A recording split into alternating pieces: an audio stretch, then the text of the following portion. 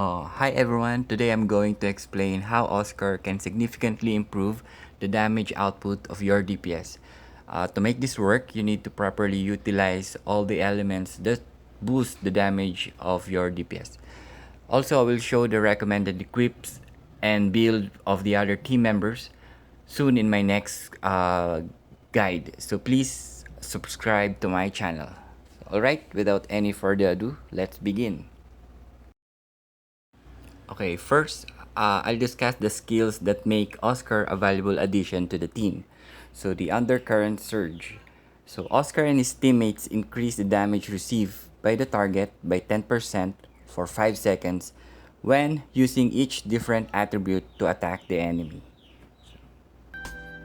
So, okay guys, I'm going to show you the damage test with LMX and how Oscar's passive skill works, no? So first, I'll attack the training dummy to see the initial value without Oscar in the party. Okay. So that's 7894, no? Remember that, guys.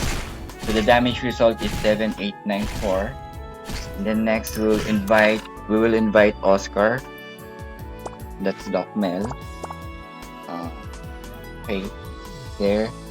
So next, we'll estimate the damage LMX will gain. So when Oscar is in the team, so let's calculate it first, no? So remember, LMX has two elements in his attack. So that's fire and water. So which adds 20% final damage. So the calculation will be 7894 times 0.2 plus 7894. So that's 9472.8. So let's try. Okay, so 9473. Yeah, round off. So okay, so we are correct. So now let's see how much damage he will deal if Oscar attacks. Oscar adds the holy and the neutral elements. So the holy skill is from the duple skill inheritance, no? And the neutral element is from Oscar offensive skill. So okay, let's attack Oscar. Oscar is attacking. So let's see. So let's calculate it first again, no?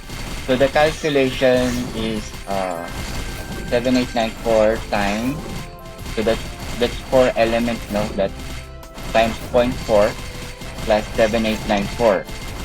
So that'll be 11051. So 11.1 M. 11.1 M. See. Okay? Okay, that matches our calculation. 11.1 M. Okay. So lastly, we'll invite my Rat VC. So my Rat VC equips two elements, the poison from the poison spore card and dark element from the dark flame sword. Okay, there you go. Gabi attacking. Okay, Gabi. Okay now. So Gabi is attacking. So let's calculate it first again. So that's 6 elements, no? 7894 times 7894 times 0.6 plus 7894 equals 12630. 12630. So 12.6. Okay. Again, the result is correct. Oh, nice. So that's how Oscar's passive skill works, no? It provides a huge damage boost to the DPS when elements are properly distributed against enemies. So, yeah, right. Next, let's talk about Oscar's time wormhole skill. So this is an active skill that can help your team survive by blocking incoming damage. However, it's not as reliable as LMX shield, no? Since HP loss damage can still penetrate the bubble. Okay guys, I'm going to show you the effect of Oscar's dome, no? Or the time wormhole skill. So yeah, it's important for Oscar to position himself properly so that enemies are kept outside the dome, while allies inside are protected from taking incoming damage.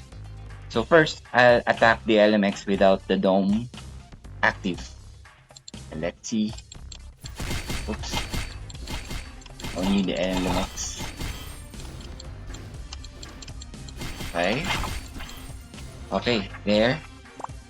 And then next, I'll activate Oscar's dome. No? Okay, then Oscar.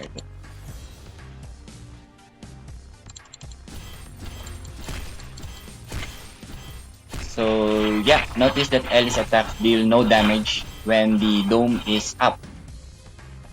Okay, so however, um, keep in mind that enemies can still use HP loss damage, no, even when they're outside the dome.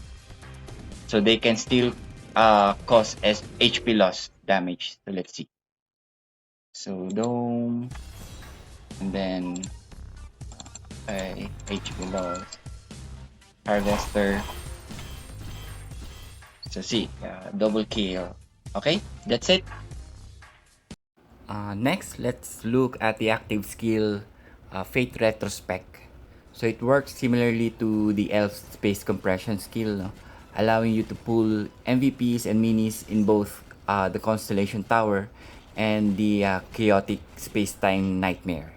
So in my opinion, it's more effective than Thor's Cling since both Ice and Bell already have cling effect, no, cling-like effects, no, yung vacuum sa mga monsters.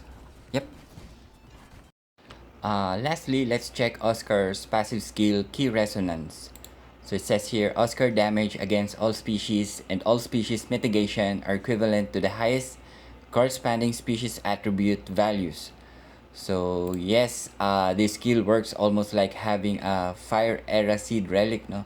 Since most players already have high damage stats against the demi-human race. Stay tuned for my next video where I will reveal the recommended builds and equips for each member, no, alongside Oscar. This setup will maximize your DPS damage and ensure elements are evenly distributed across the team. So don't miss it. See you soon!